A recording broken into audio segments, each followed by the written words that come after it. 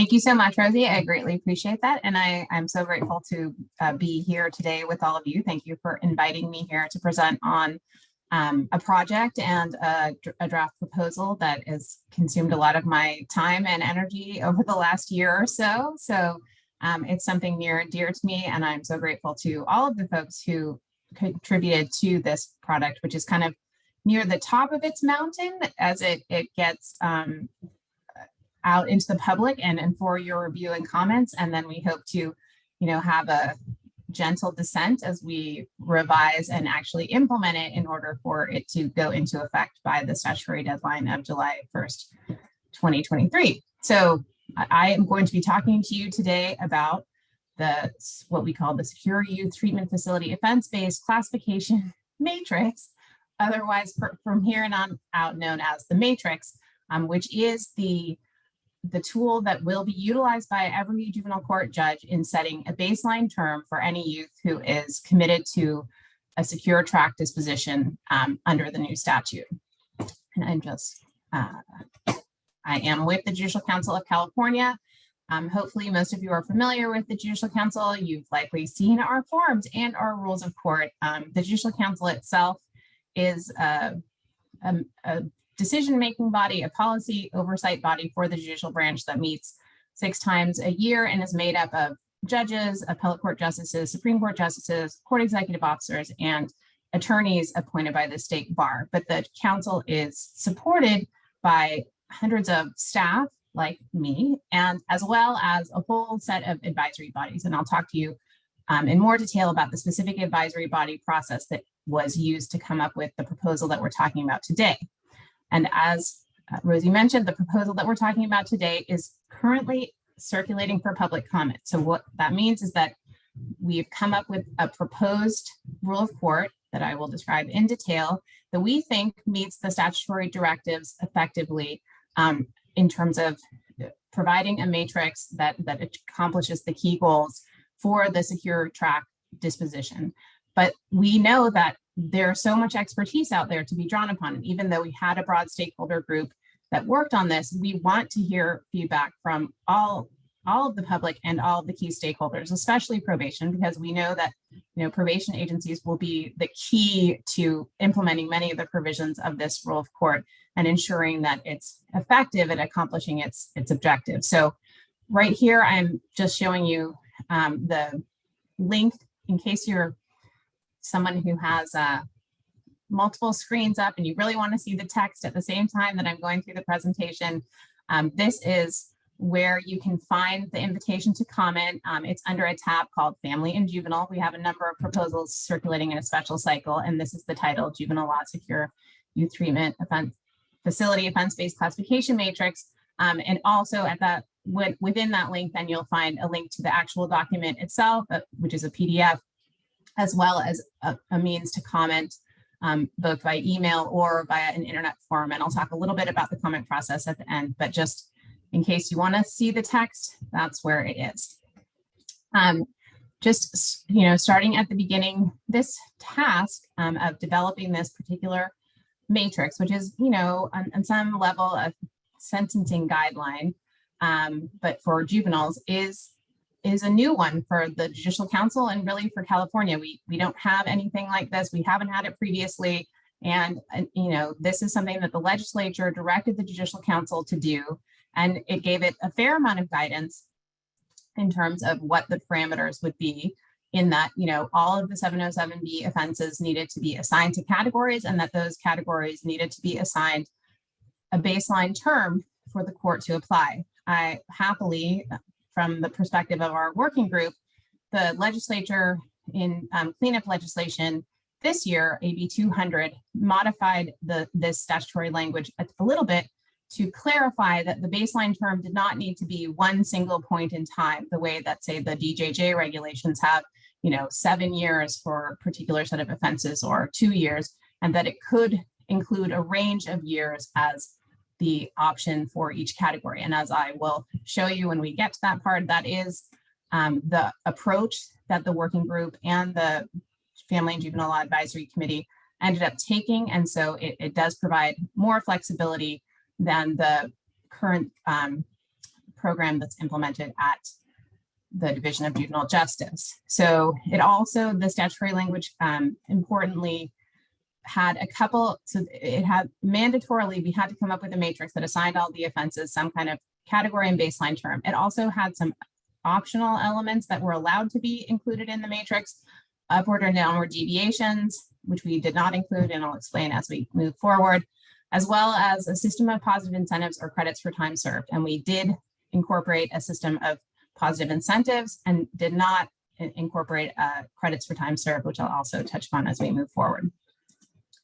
So in addition to the clear parameters on what the matrix was to incorporate and what it could incorporate, the legislation, which ended up being in SB 92, I believe, was provided, and this is all in Welfare and Institutions Code 875, subdivision H, that the Judicial Council needed to be advised by a working group of stakeholders. And the legislation specifically set forth all of these key stakeholders: prosecution, defense, probation, behavioral health, youth service providers, youth formerly incarcerated in the Division of Juvenile Justice, and then other youth advocates and juvenile justice experts. And so in order to effectuate this particular directive, the Judicial Council, which is, as I mentioned, has a whole set of advisory bodies that are not Judicial Council members, but are judges and attorneys and stakeholders, advocates, investigators, probation officers, probation chiefs, et cetera, district attorneys, defense counsel. We have all kinds of folks who care about what our rules of court look like, how administration of justice works in California. We have a whole set of advisory committees that advise the Judicial Council, one of which is the Family and Juvenile Law Advisory Committee. And that's the advisory committee that Chief Richard sits on. We're so grateful to have his input regularly. And that is also the committee that has the purview over all juvenile justice issues that come before the council. So that committee does have a great deal of expertise, but it doesn't actually include this whole range of juvenile justice stakeholders that were laid out in the statute. And so to effectively carry out this recommendation, the advisory committee and the Judicial Council determined that it would be necessary to set up a standalone working group that would contain all of these stakeholders and that would work, on its own to develop this matrix. But this working group is a subcommittee of the Family and Juvenile Law Advisory Committee, meaning that all of its work then flows back through the Family and Juvenile Law Advisory Committee for its review and revision, so that the council has the benefit of the expertise of all of those working group members, as well as its standing advisory committee with subject matter expertise in this area. So it's a lot of process, but just so you understand sort of the interplay between these two groups. But in order to ensure that we had as engaged a working group as possible, and it came from as diverse backgrounds and from all over the state, we did put out a call for nominations to this working group last fall, and then reviewed those nominees. And the Chief Justice ultimately ended up appointing the 19-member working group. And I'm just going to show you so you understand sort of the breadth of folks who came together regularly to meet, who put together this product. And I will say that we had our first working group meeting in December of last year. And then beginning in January, we were meeting every other Wednesday from 4:30 to 6 p.m., just going step by step through the legislative directive and ensuring that we were fulfilling the statutory mandate and coming up with a matrix that was informed by all of these different perspectives, and also accomplishing the key objectives in the legislation. So as you can see, we assumed that the legislature asked the judicial branch to take on this task because they believed that juvenile court judges had an important perspective to bring to it. And so we have quite a few judges on our working group. It is chaired by Judge Stephanie Hulsey, who has had a juvenile justice assignment in Monterey County and also co-chairs our Family and Juvenile Law Advisory Committee. And then the vice chair is Judge Melissa Whitfield from Los Angeles County, who hears a pretty high volume calendar in Compton that is almost exclusively these serious offenders. Used to be ones who are going to DJJ, and now increasingly youth who are going to Secure Track. And then we also had Judge John Bianco from Tulare County, Talisha Martin from San Diego County, Ruben Villalobos from Stanislaus County, and Pamela Villanueva from Los Angeles County. Then, as Rosie mentioned, we were very lucky to have 2 chief probation officers participate actively in our working group, Chief Brian Richart of El Dorado County and Chief David Cook of Sonoma County, both of whom were active participants and brought so much expertise and understanding as we worked on the product that I'm going to talk to you about. But then in addition to sort of the people who are working out from the courtroom, we also had 2 public defenders, Nisreen Baroudi and Elizabeth Bronstein, 2 district attorneys, one from Alameda, one from Sacramento, a forensic psychologist who focuses a lot on juvenile competency issues and is a specialist in adolescent development, Dr. Baljeet Atwal, as well as key state leaders.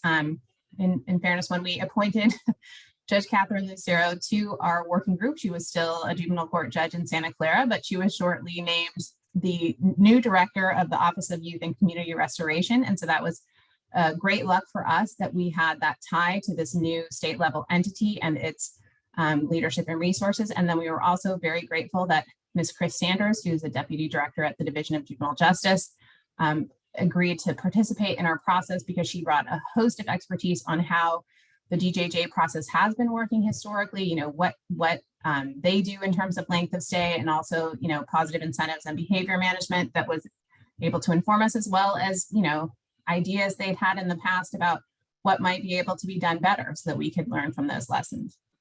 In addition, as I noted, the statute required the inclusion of a youth formerly incarcerated DJJ, and Mr. Miguel Garcia, who is currently now a specialist at the Office of Youth and Community Restoration, has been a great and active participant on our panel. And then we had 3 kind of youth advocate, juvenile justice advocates, one from Oakland, Giordane Brown, who works on restorative justice things in that area and was formerly incarcerated as a very young adult in the adult system. Mr. Abraham Medina, who's at the Sierra Health Foundation and has been kind of leading a coalition of juvenile justice reform groups and who are active in developing the vision for the legislation that we're seeking to implement here, as well as David Steinhardt, who is a longtime juvenile justice reform advocate in California going back decades and was quite expert in sort of the intent of the legislation and the history of efforts to improve juvenile justice practice in California. In addition to the provisions of the statute that I shared with you earlier, I would note that the legislation provided that as we developed this matrix that we needed to take into account youth sentencing and length of stay guidelines from other states or recommended by other experts, as well as relevant research on dispositions and sentencing of youth in the juvenile justice system, all of which we did. So it was a pretty big task to take on. And as you could see from that working group, we had a real range of perspectives, coming together at the table, but we were able to work extremely collegially and successfully and reach, pretty broad consensus on the product that I'll be talking to you about. And I think that one of the secrets to our success is that we did take our time and go step by step in building a foundation for the matrix before actually diving in and trying to assign offenses to categories and pick what seemed like the most appropriate length of stay. So our initial 2 meetings were kind of a level setting meetings and informational. We asked Chris Sanders from DJJ to spend an hour and a half with us explaining to us how the parole consideration dates are set at DJJ and how that impacts length of stay. We looked at a lot of data from DJJ on sort of what are the trends that they've had in length of stay and averages for different types of offenses. And she also talked to us a lot about how their behavior management system works and how youth are able to earn reductions in their parole consideration dates based on their behaviors. That was all very useful information. She also talked in detail about how they use their YAZI, their risk needs instrument. That was a useful piece of information. Then the following week, our chief probation officers and Karen Pang, we were grateful to have her participation to talk about what we knew so far about how counties were rolling out these programs, because as we know, we're kind of building the airplane as we fly it.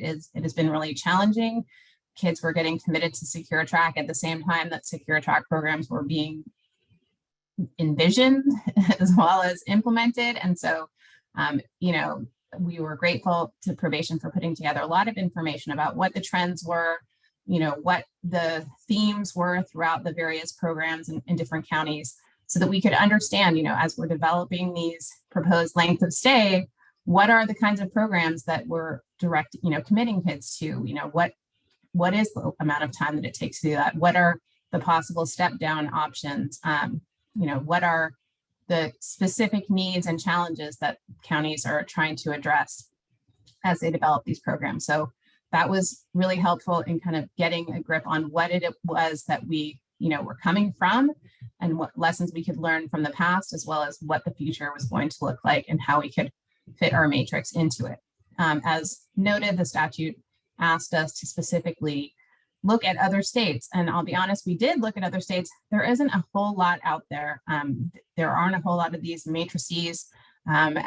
Like in California, juvenile justice in a lot of places is a highly, you know, judicial discretion dominated area where there's some rough parameters, but not a lot of clear matrices. However, the state of Virginia, a number of years ago, had done some very in-depth work. They have heavily state-managed juvenile justice system, so they had a fair amount of data, and they took a careful look at their length of stay and then developed a whole new matrix for offenders committed to their state institutions. Now, it ended up not being an apples to apples comparison with California, because they have sort of a multi-part system. Youth can be committed on a direct sentence, you know, a firm sentence, or a determinate sentence and an indeterminate sentence. And this matrix that they created only applied to the indeterminate sentences.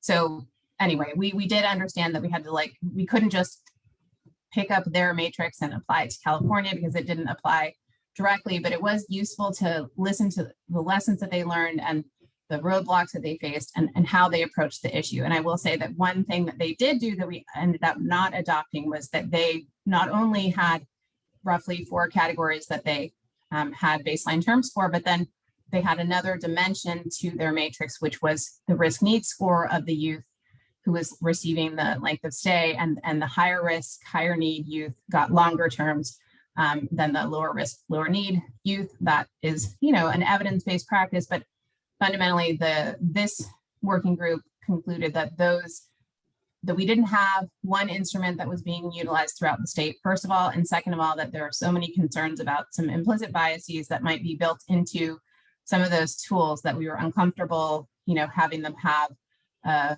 firm, hard, direct impact on length of stay. However, some of those kinds of factors are things that we're asking the court to look at when it makes the length of stay determination, and I'll get to that in a minute. So we were grateful to have this information from Virginia on their efforts. Interestingly, one of the things they noticed is when they did kind of reduce length of stay as part of their matrix, and that did, you know, result in judges using the determinate sentence option more than they had previously. So in the end, length of stay ended up not changing that much, because fewer youth were committed on their indeterminate, you know, shorter terms, and more youth on their determinate longer terms. So it's just a reminder that whatever reform you make to the system, there are often unintended consequences that you need to come back and reevaluate. And so the system that I'll be describing to you that we put in place has a lot of flexibility, both at the front end and as it moves along, in hopes of avoiding some of those things. But it is, you know, it is important to keep that in mind. We also had a professor from the Penn State University who had done a study on whether or not there's a statistical correlation between the amount of time that serious juvenile offenders spend in confinement and their likelihood of recidivating. Is there some kind of magic dose response, so that we know that if we give them just the right amount of confinement and not too much and not too little, that we will be able to bring recidivism down? And I'm sure it will surprise no one on this webinar that no, there is not a clear dose response. We don't really know what the perfect dose is. We do know that extended periods of confinement are not associated with great outcomes, but we obviously have public safety risks to take into account as well. So, I will say that there wasn't some simple data set that we could look to say, oh, well, here we're just going to run this analysis and populate the matrix with the numbers that pop out from it, because we just don't have data that's that clear on, what are the most important factors in terms of length of stay and recidivism. So we ended up being sort of guided by the expertise and experience of the many folks on our working group. After we kind of built this knowledge base about what's out there and what we know about youth development and length of stay, we then stepped back and put together as a working group our guiding objectives for the matrix. And this was an important part of our process because, we needed to see that if we could agree on, in the end, what did we want our matrix to accomplish? And fundamentally, I think we were envisioning, what did we think the legislature wanted the secure track disposition and fundamentally our juvenile justice system to accomplish moving forward? Why is this reform happening and what is it supposed to do? We know that the baseline term isn't going to determine, the success or failure of youth in this programming, because it's just one variable. But we did want that the matrix to be supportive of all the underlying objectives of secure track and not a hindrance to it. So we did spend some time working up very specific objectives that we hoped that the matrix would accomplish. And I'll be talking about those in just a second. And then with all of that sort of background and that shared agreement on our vision and, that information that we had, we then began a sort of iterative process where we looked at all the 707B offenses and began sort of parceling them into groups that seemed similar in terms of the general amount of confinement time that one would expect to have associated with them. And in that process, we really determined that there didn't need to be a whole bunch of categories. That loosely they fit into 4 categories, and honestly, you could call them 2.5 in the sense you'll see one category is just murder, and the lowest category is just 2 of the least serious 707B offenses. So the bulk of 707B offenses are really in 2 main categories. But we also, quickly identified that we wanted a pretty broad range of baseline terms to be available for each of these offense clusters, because we know that youth are, each youth is different, that each case is different, and having a fair amount of flexibility to take into account the specific circumstances of the offense, the age and juvenile justice history of the youth, as well as the developmental and other issues that need to be addressed was critical. And so we used a set of surveys and this iterative process to assign the offenses and then assign the terms and then, tighten it up and make sure that everyone agreed with where everything fell into this, table of offenses. Okay, so we're going to get to the matrix any minute now, I promise. So just this last bit is that the objectives that we set for our matrix are, here is a rough summary of them. And if you look at the invitation to comment that I shared the link to, we have the full text of each of these objectives laid out so that folks understand what the vision was that we were trying to carry forward in the product that we're proposing. They're not, I think that these will seem pretty straightforward to anyone who's been working on juvenile justice issues.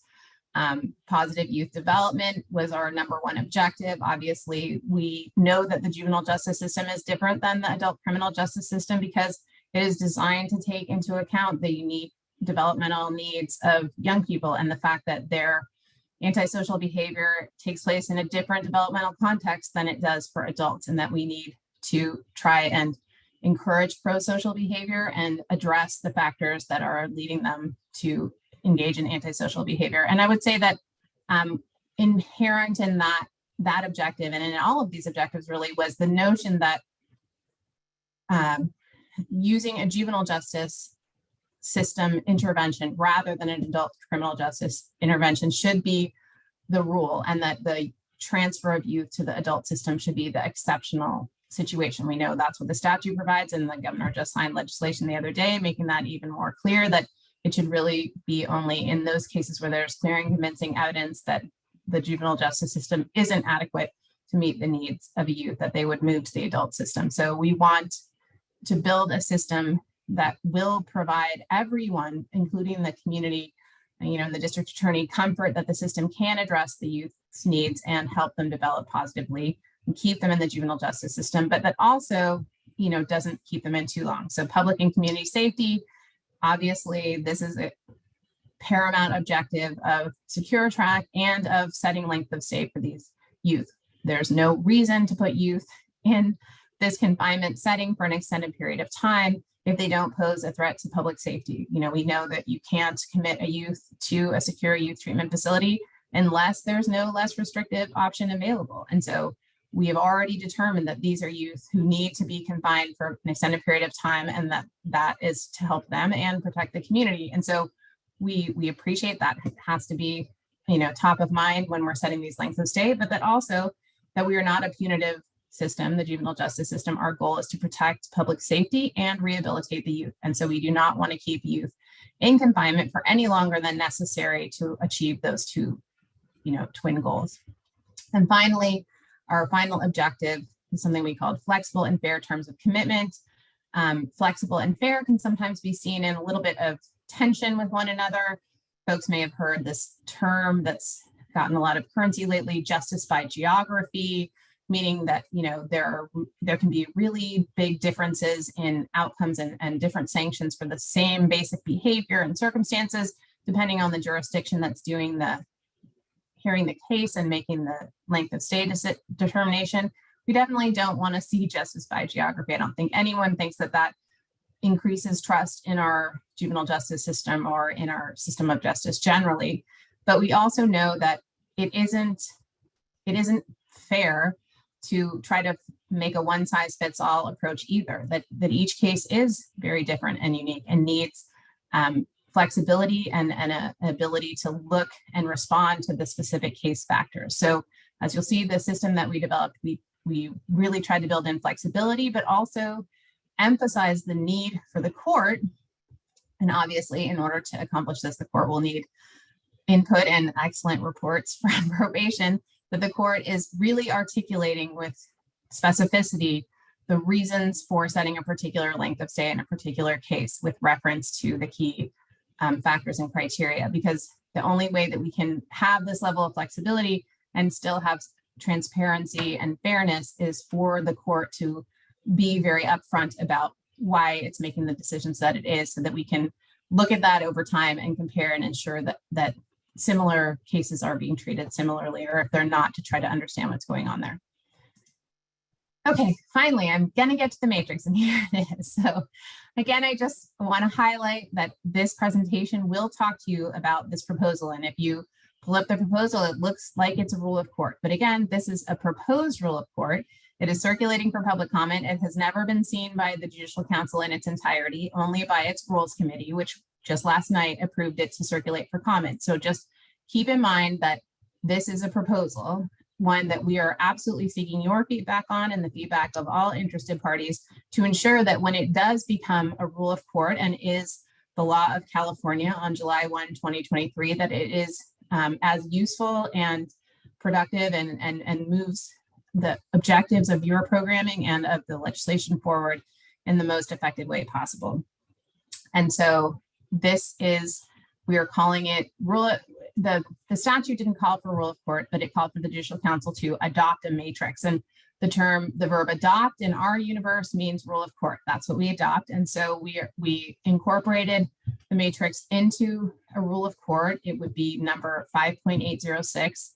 The current rule of court for commitments to the Division of Juvenile Justice is 5.805. So it's in that general vicinity. That's why we chose that. As I mentioned, it's circulating for public comment until November 4th.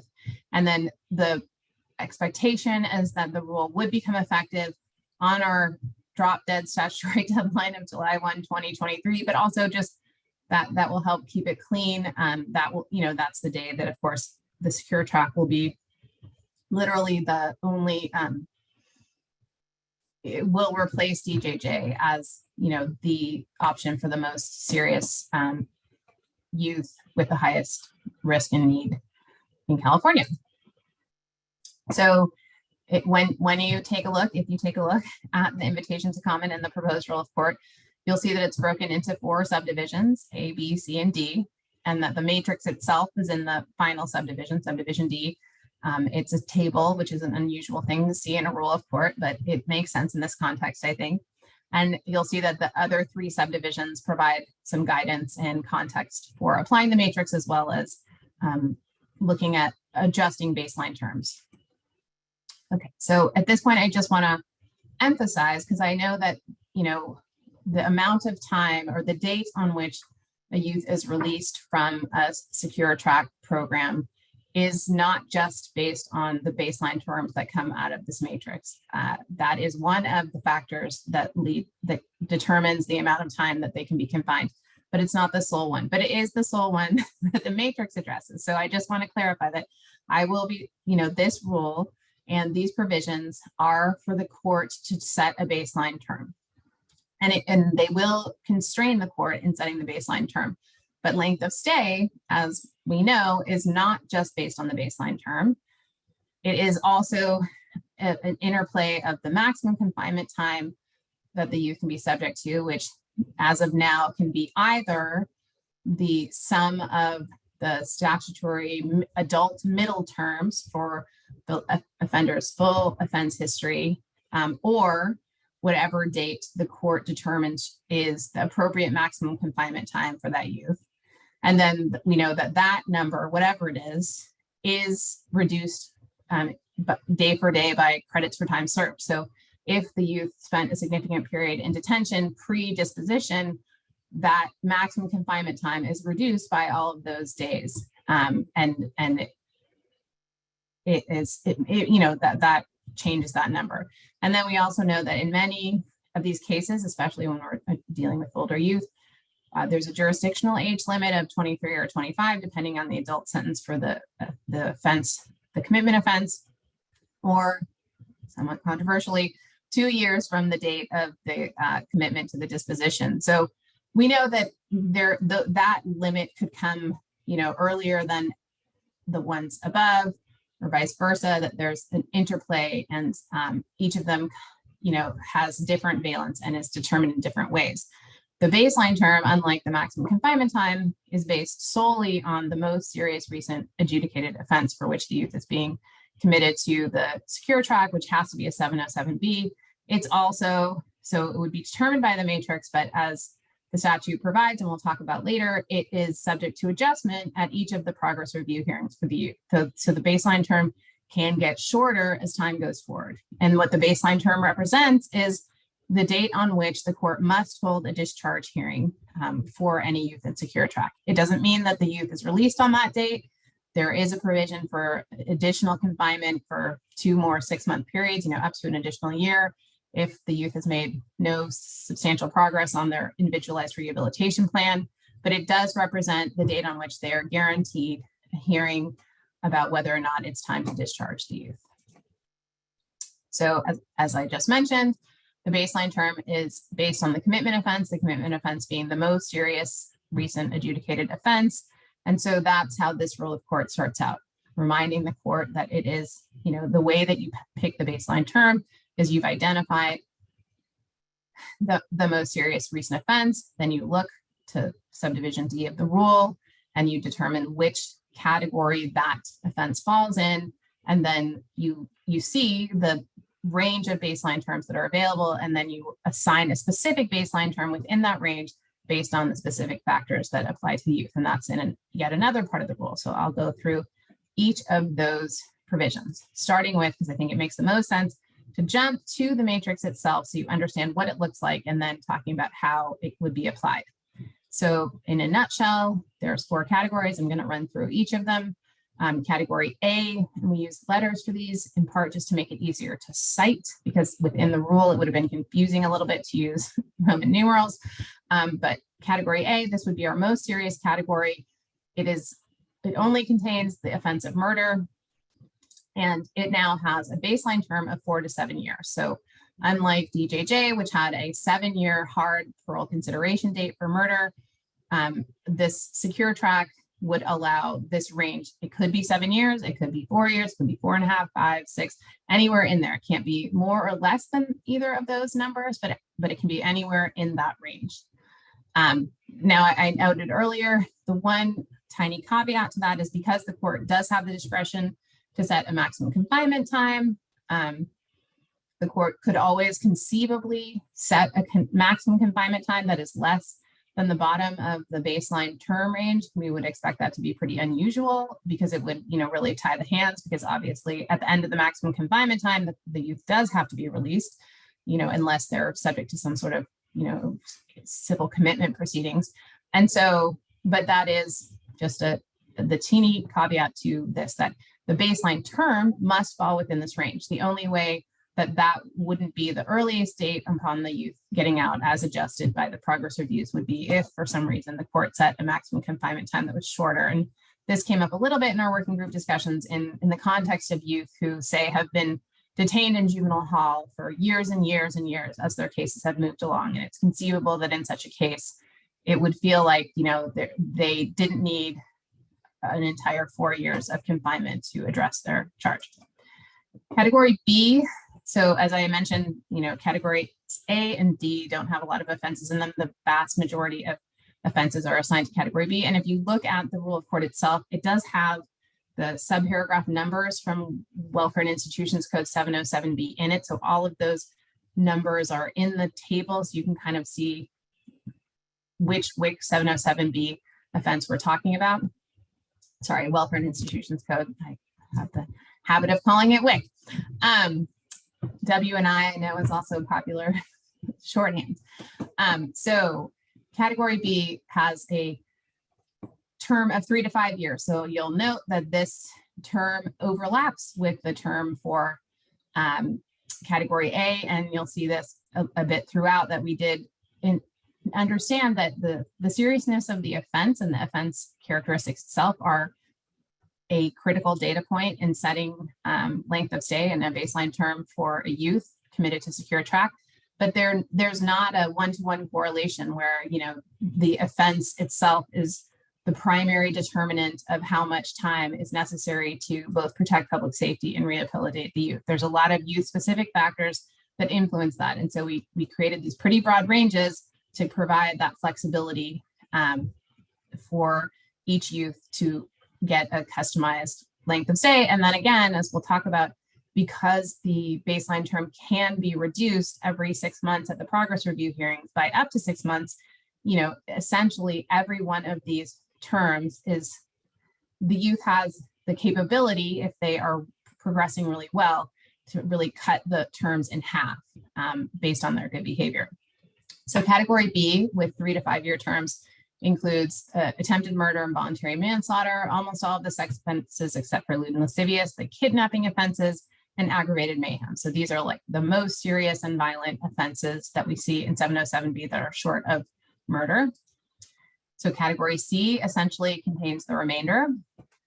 Category C, again, has a term of 2 to 4 years. Again, a little bit of overlap and quite a range in there, and it contains arson, all robbery, assault, carjacking, personal use of weapons. Notably, if you're familiar with the way the regulations for DJJ worked, because you've been having to use them as you try to set a baseline term for new secure track youth, and while this product has been in development, you'll see that they take an offense like robbery or arson or assault, and they put it in multiple categories, based on the specific offense characteristics. So was a weapon used? Was the victim seriously injured, et cetera? Those are obviously relevant to public safety and making a length of stay determination, but we felt that overwhelmingly that it made more sense not to try to get into that level of weeds in the category assignment, but rather to have these broad ranges of terms so that, for a robbery that seemed less concerning and where there was less of a concern about threat to public safety, you could choose the lower end of the range for the baseline term. And by contrast, if you had someone who'd committed numerous armed robberies, the higher end would make more sense. And so that's how we addressed variety in the nature of these kinds of offenses. and try to keep it as straightforward as possible. Now, I will point out that that means that simple robbery arguably is now getting a higher baseline term than it would have under the DJJ system, which I believe would have been 18 months. I think that on the one hand, we think it's that, secure track is intended to be used only for the most high risk, high need offenses and offenders. It is not supposed to be for anyone who commits a 707B offense, period. It is a limited purpose. And so we didn't want the ranges to be so broad that it suggested that secure track was really for everyone and could be kind of a substitute for a ranch or camp or other shorter term intervention. And so these are relatively extended periods, of baseline terms relative to what research tells us about young people, because they are supposed to be for, the most high need, high risk cases and not for all of them. But, certainly that's something that we had a lot of discussion about, and we're likely to have to continue to revisit, what exactly should be the bottom line of the category C, which is where, a lot of our secure track youth will end up probably coming from.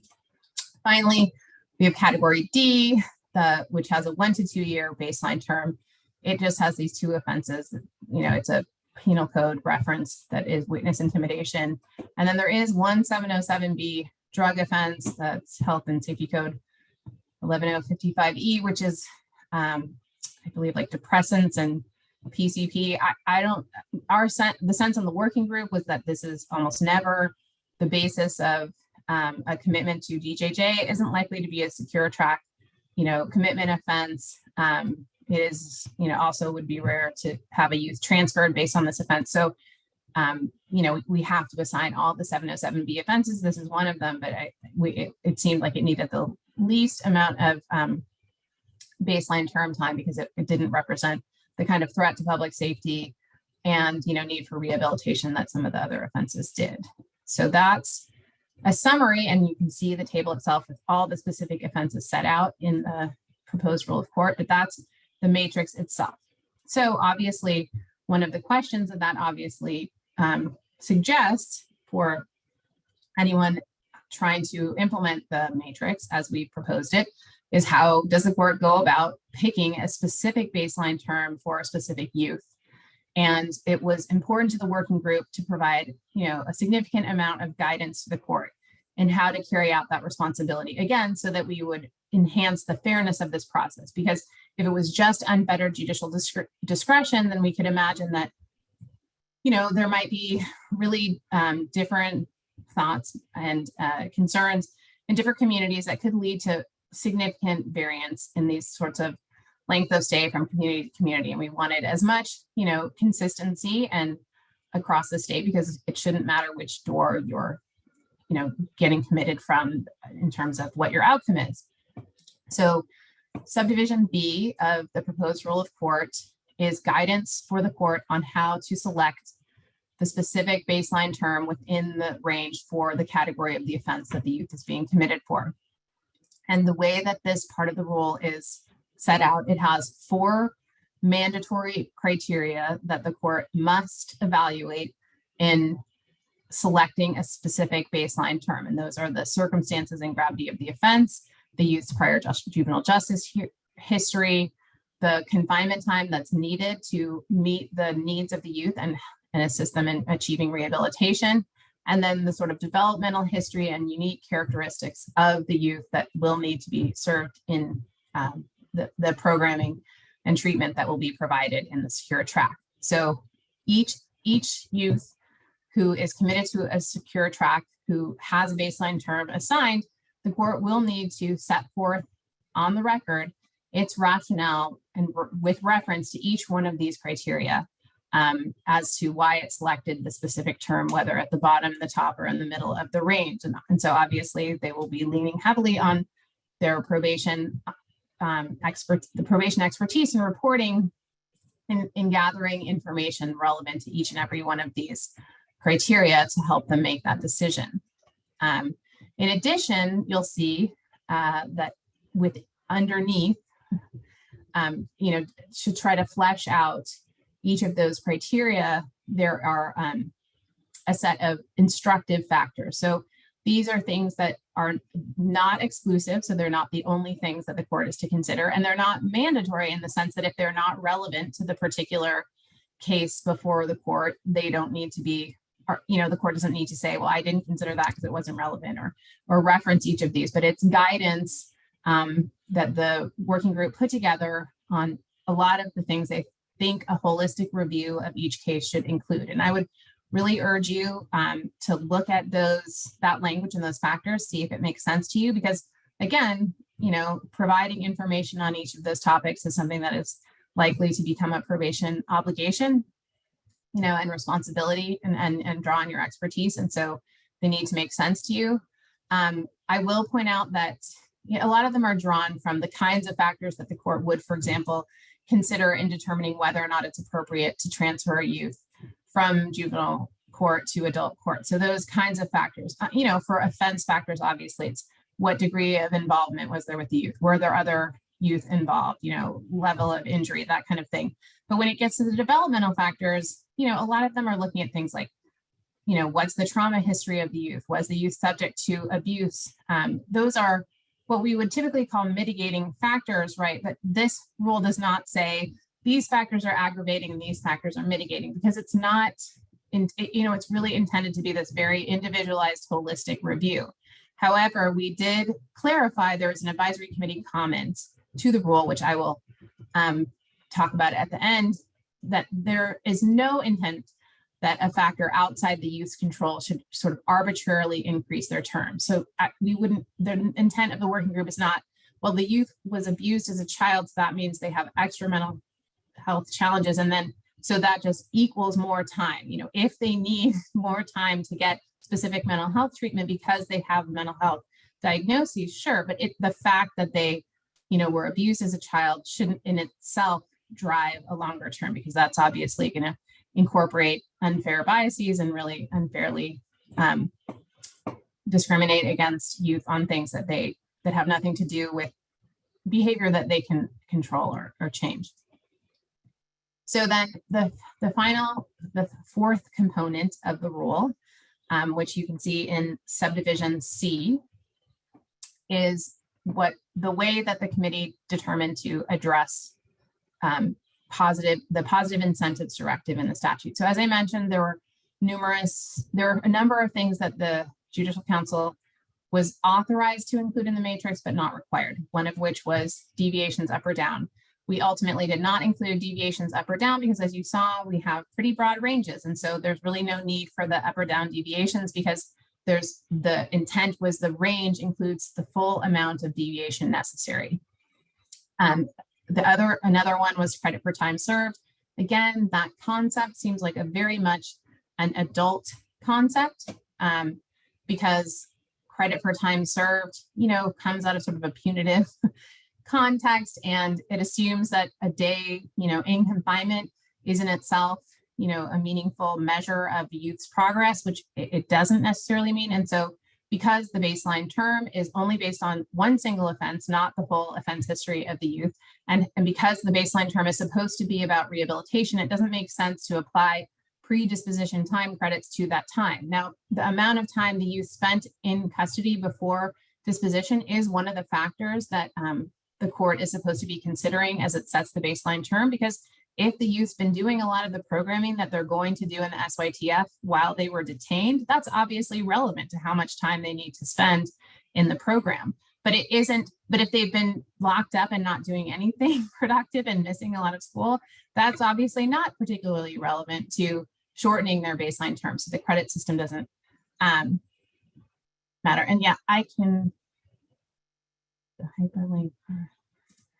So if you see at the beginning of the slideshow, let's see, I can go ahead in the chat and put, or I don't know if Rosie or Amy can copy and paste the link into the chat.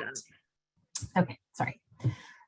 So this is, and I'm going to provide actually the full text of subdivision C if you're most interested in that in just a second, because I think this is probably going to be of the most interest in some ways to probation.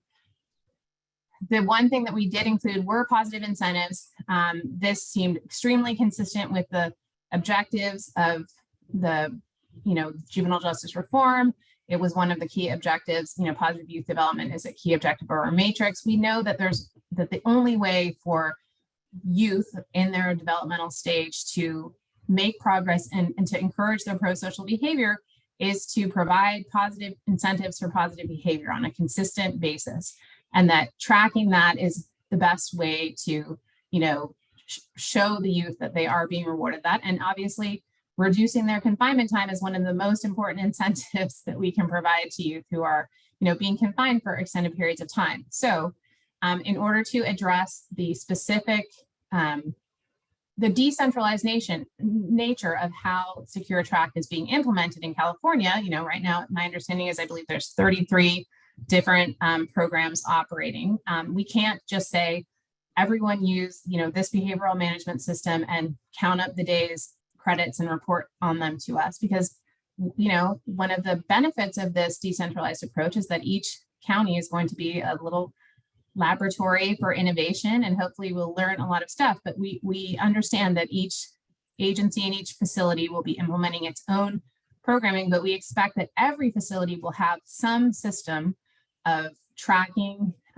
positive behavior by youth and taking note of that. And so this rule of court requires probation to have such a system to track the behavior and to report to the court at each of the 6-month progress review hearings that are required under Welfare and Institutions Code 875, a specific recommendation on to what extent, if any, the baseline term should be modified downward based on that behavior. And I will just note that the statute does not allow for upward deviation on the baseline term. So if a youth is, not behaving well in the program, it is not a reason to extend their baseline term. It just can mean that they don't get any reduction in their baseline term.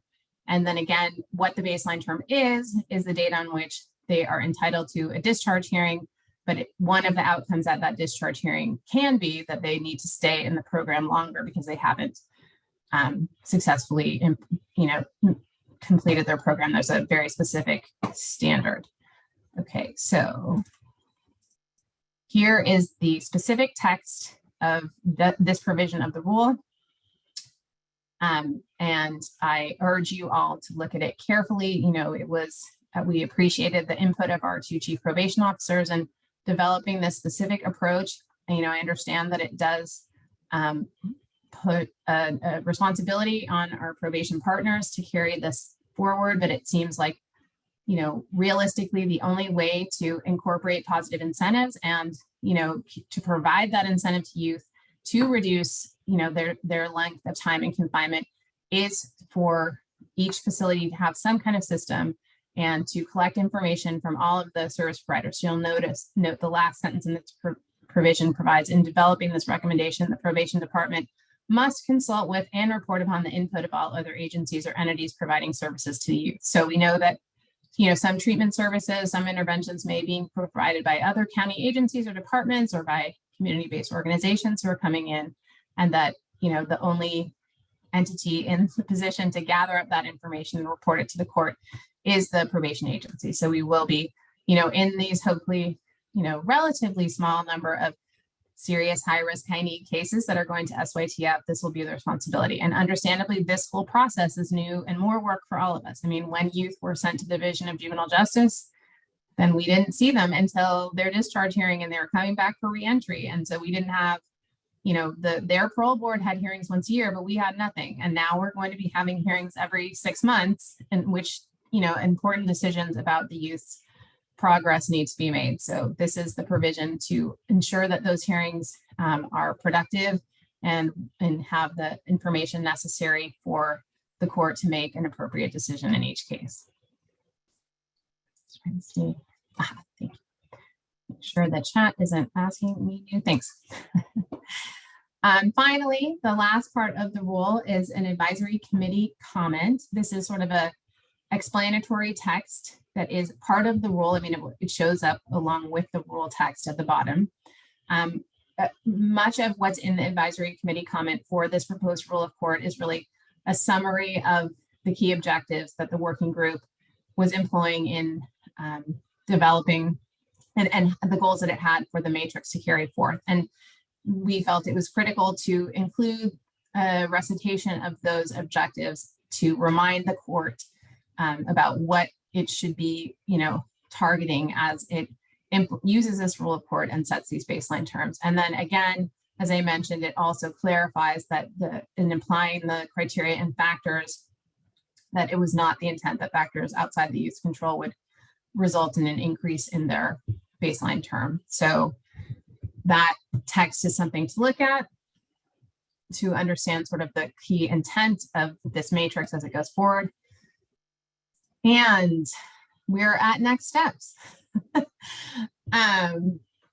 So as I had mentioned at the outset, our comment period is open until the 4th of November. That's a Friday. So this is a full comment period. Even though it's at an unusual time of the year, we did want to ensure that we had 6 weeks for folks to be able to submit comments. And as I mentioned, if you go to that link, you'll see that you can submit comments via an internet form or via email. We greatly appreciate those comments. They're important to us. And if you've ever seen a Judicial Council report with a Judicial Council comment chart, we take those comments very seriously. Every single comment is compiled and put into a chart verbatim, and then the advisory committee that is advancing it puts a response to the comment in the comment chart. And that response might be, that's a great suggestion. We have modified the rule as you suggest, or similar to the way that you suggest, but different for this reason. Or it may be that the subject matter group concludes that suggestion isn't apt for one reason or another, or the suggestion is outside the purview or reach of what the group is entitled to do.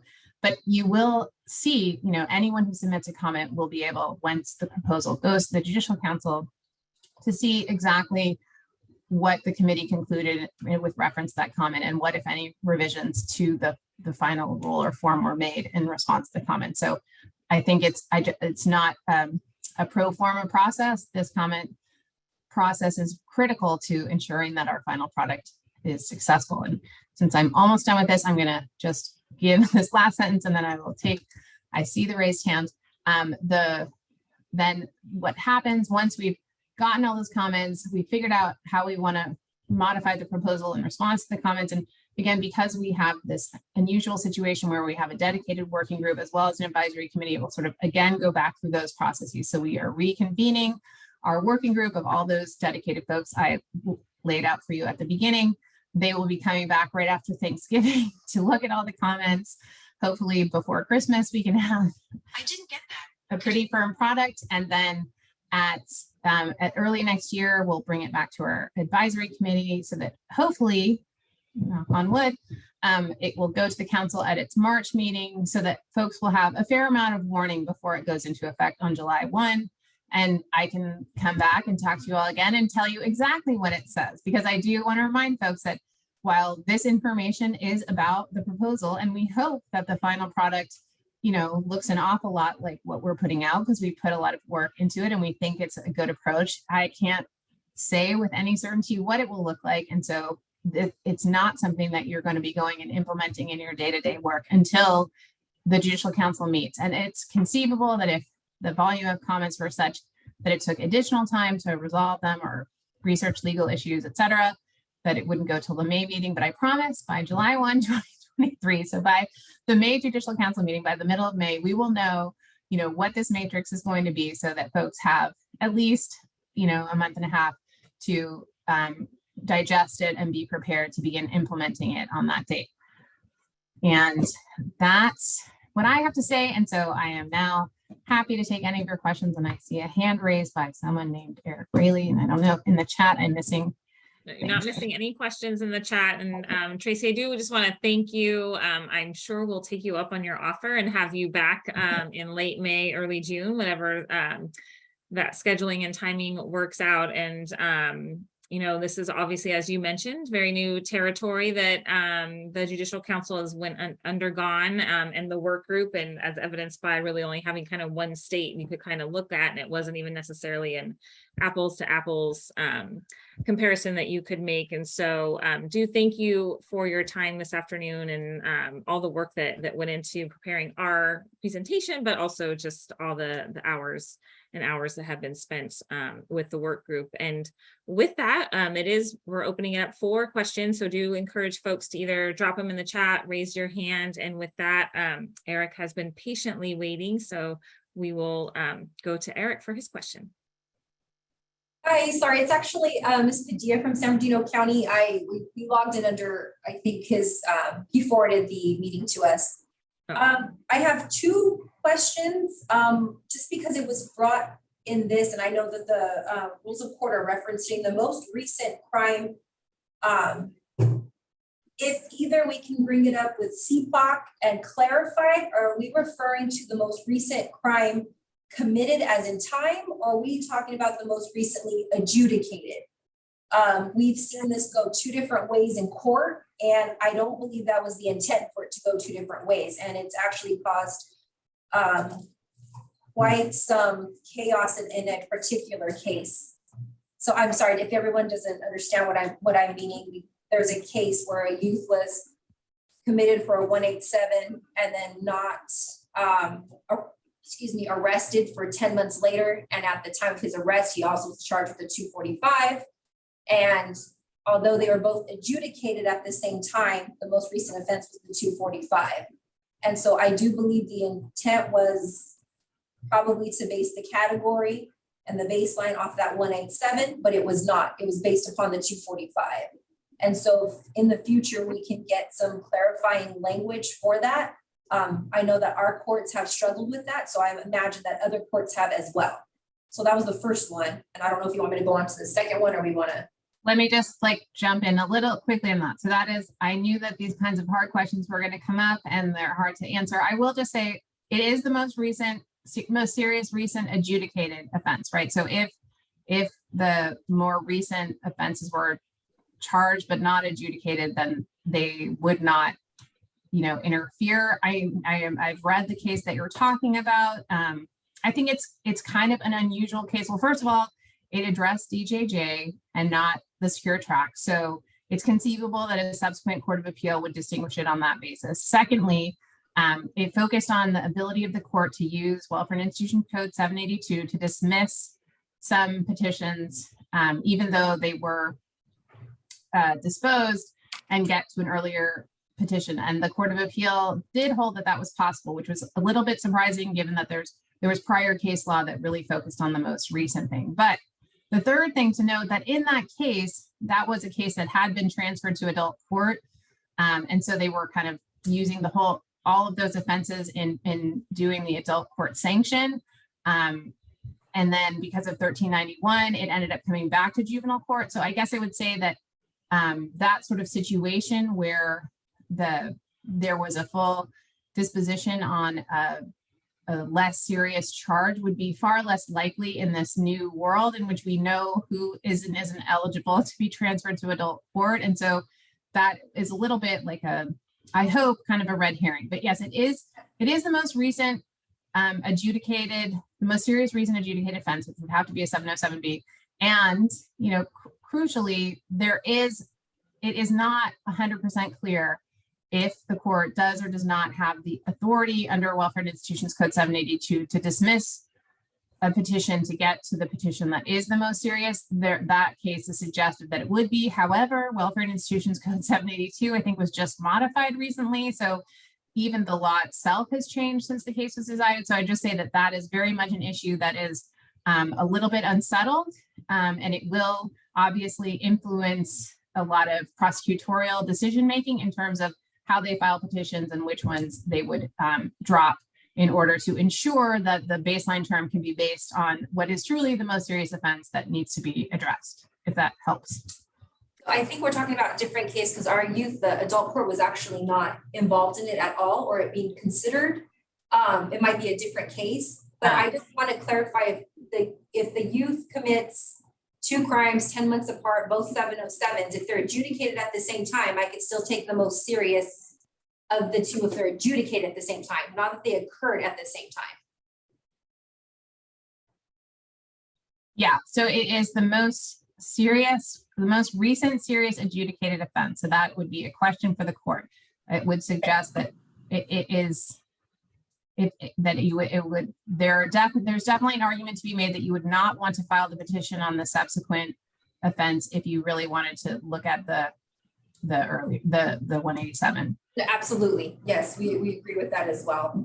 And the next thing, without having looked at the actual matrix, I just want to know if it clarifies for carjacking, because 707B 215 has to have a dangerous weapon.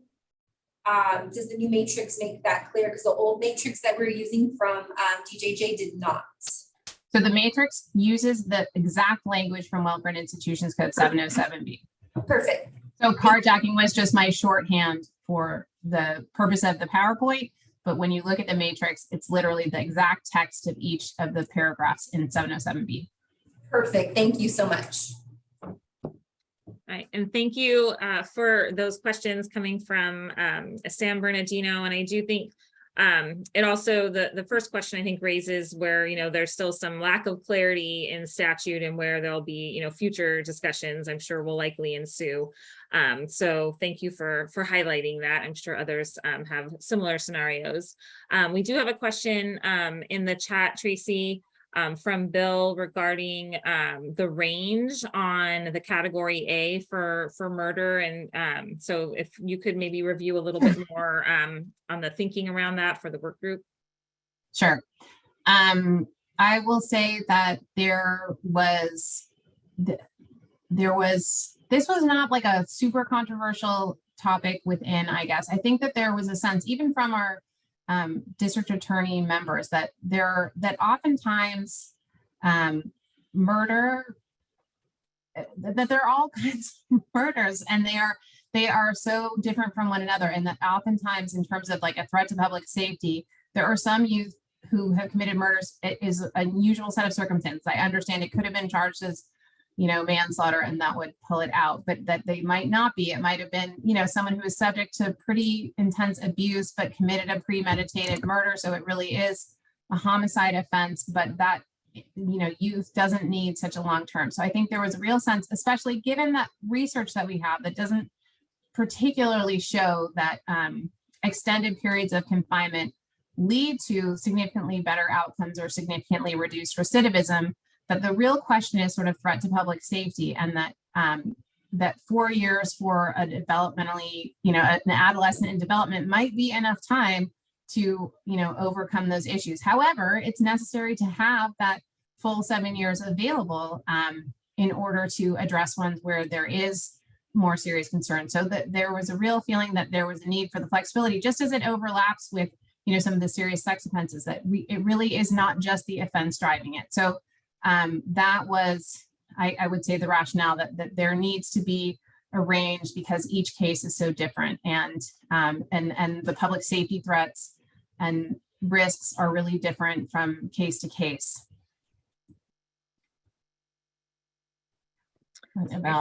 Thank you, Tracy. And there's a few other questions in the chat. We have one: will there be additional guidelines to evaluate positive behavior, or will that be determined by each county? Yeah, so that will be determined by each county. And then I saw that, yes, there is, as I mentioned, it's not an extension of the baseline term, I guess I would say. The baseline term is the baseline term, but there is an opportunity to keep a youth in a program for up to an additional year beyond the baseline term if they haven't made progress. The rule does not address that issue specifically, because the rule is really just about the matrix, and the matrix is about the baseline term. The council is trying to determine to what extent additional rules of court are necessary to implement the other provisions of the secure track.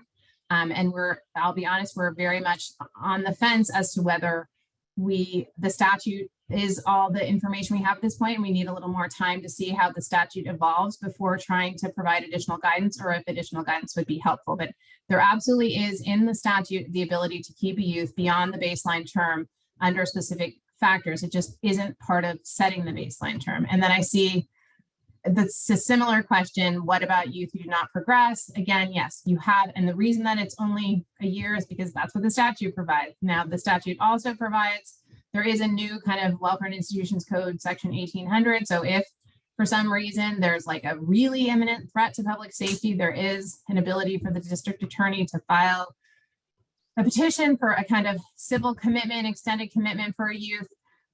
We know that's really unusual. It comes with the right to a jury trial. It has a very high standard of proof, but there is an option for that in really extreme cases.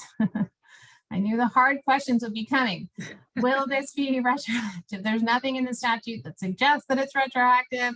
The statute provides that until the matrix is in place, the DJJ terms are the terms that set the baseline term. And then once the matrix is in effect, the courts will use the matrix. I certainly expect that there will be defense counsel who will be interested if they're, the youth they're representing was given a baseline term that's, significantly longer than the bottom of the range, and asking for some kind of, for lack of a better term, resentencing, and whether or not that's something that a specific court or the Court of Appeals will consider authorized under the statute is a question that we'll have to wait and see on. I would say that that's not, there's nothing in the statute that provides specific guidance on that. And in the chat, you're gonna get the slides. Yeah, I was just asking, I'm not sure if he's asking for, we are going to be sending out the slide deck following this presentation. We did insert a link to the rules of court. I'm not sure if that's, but hopefully either the link that's already provided or us sending this at the conclusion answers that question, Rick. But if there was something else that you're referring to, if you can provide some further detail in the chat. And then Derek. Hi, Rosie. This is a general question. Has CPOC, have they been aware or have at least had conversation regarding the publication of Ernest L. case in Alameda County, and how would it affect other counties of California?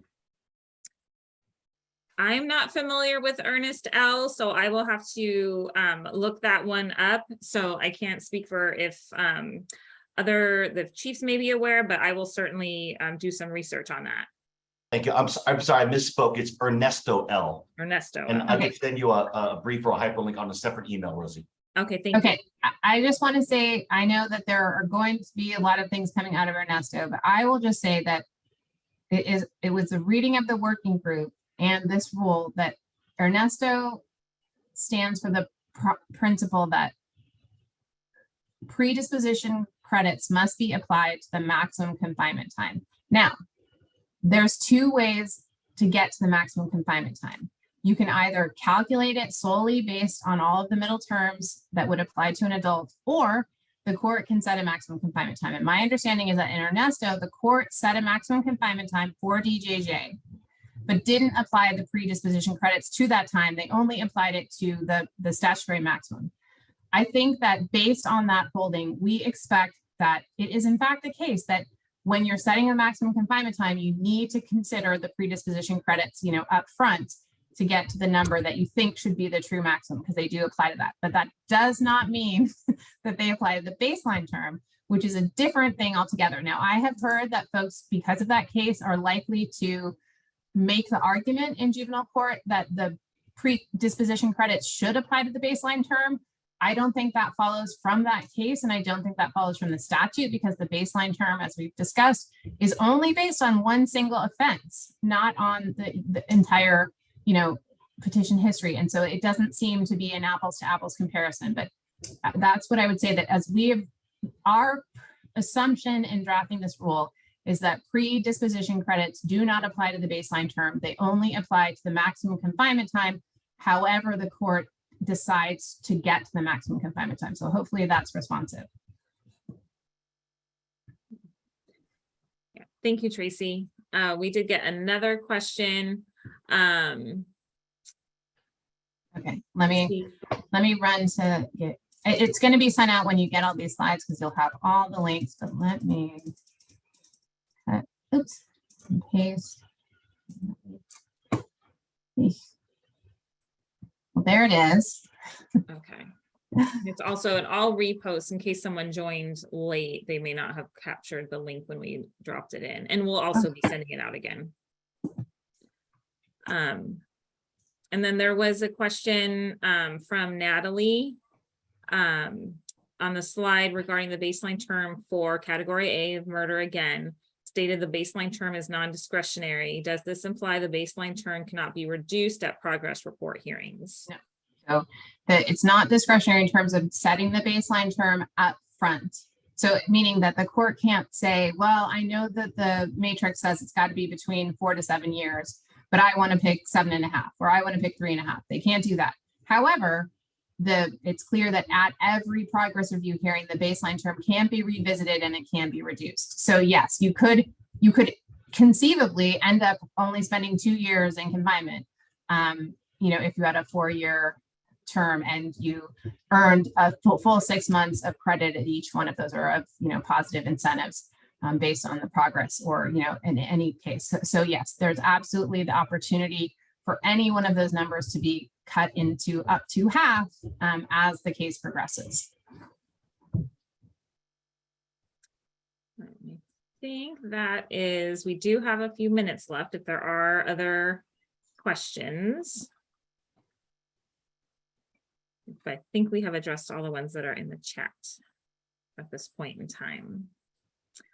And while we wait, again, after this, the public comment period, after whatever is the final product, whether it's the same version or a modified version of what is out now, it sounds like Tracy would be willing to come back and present to all of us and continue this conversation. So we will endeavor to do that later in May or June, so everyone can be looking forward to that. And so I do thank you, Tracy, for already kind of offering to do that in the future, because this information is obviously very important to probation. So really appreciate your partnership. Well, thank you so much. And thank you so much to Chief Richard and also Chief Cook, who I haven't seen today. Their participation was so essential.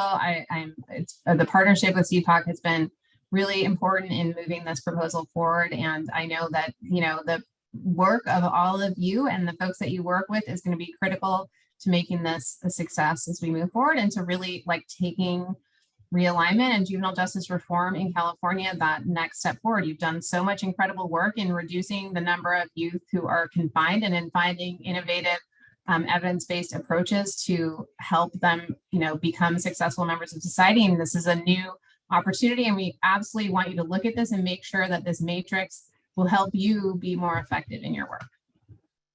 All right, well, thank you so much, Tracy. You have been a great partner and continue to be a great partner. And certainly we know probation and the courts are very much linked together and partners throughout all of this. So just wanted to make sure you see Brian, Chief Richard's note there in the chat. So thank you again. As we mentioned, we'll send out the PowerPoint, the link to the proposed rule of court. We will send that out as well. And then once we have this recording up, and for any of you that may want to view it again or send it to a colleague, we'll make sure we get access to everyone for that. So thank you again, Tracy, and hope everyone has a great rest of your day. Take care. Thank you all. Happy weekend.